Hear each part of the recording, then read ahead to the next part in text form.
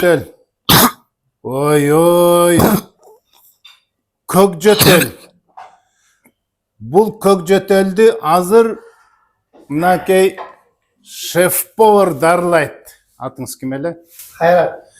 Қайрат конкретно дарылайды. Қантип? Мынакей ерітті, көргістет яғынды. Бұл құйрықты ериді. Қана қойғыла, бисмилля. Мынакей 5 чоң қашық қойдың майы. Біз емне қылауыз бұға. Мынакей мұнағыл имбир.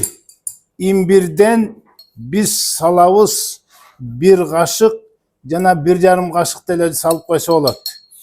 Мүмкін болса, егер қол алдыңарды болса, ноғындай куркумадандағы 1 қашық салып қойса олады. Бұлардың бардығы сонын витамини бар, жана антибиотик қатары, жана ең сонын атқар күш сон нәрселер бар.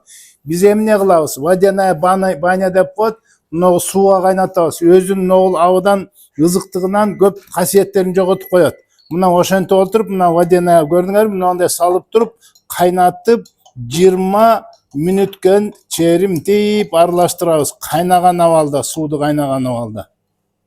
Туғандар, мұны сөзсіз чыпқалашуыз керегем. Анкені біз бұны içmek түгіл шуанауыз.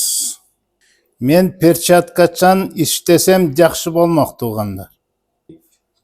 Қана даяр болды. Туғандар, қойдың майы менен имбир абдан сонун бай заттарға иммунитетті көтөрөт, вирустарды өлтүрөт. Қантип пайдаланыш керек? Сыртқа шуасыңар көкірөккө, жонуна, жана кекиртектиктин тушуна таманына шуасыңар абдан жакшы 10 күнден ашырбагыла. Температура болатса шуанга болбойт.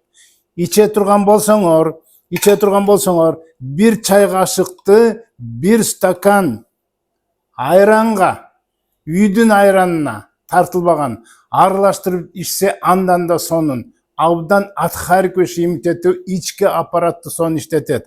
Ең сонун қасиетті жақшы биздин кол алдыбыздагы дары туғандар. Койду майы. Шуанабыз жана ичсек те болот деп айтып кеттім. Фармацевт, кандидат наук Шайлабек Үркүнбаев түшүндүрдү. Ассаламу алейкум.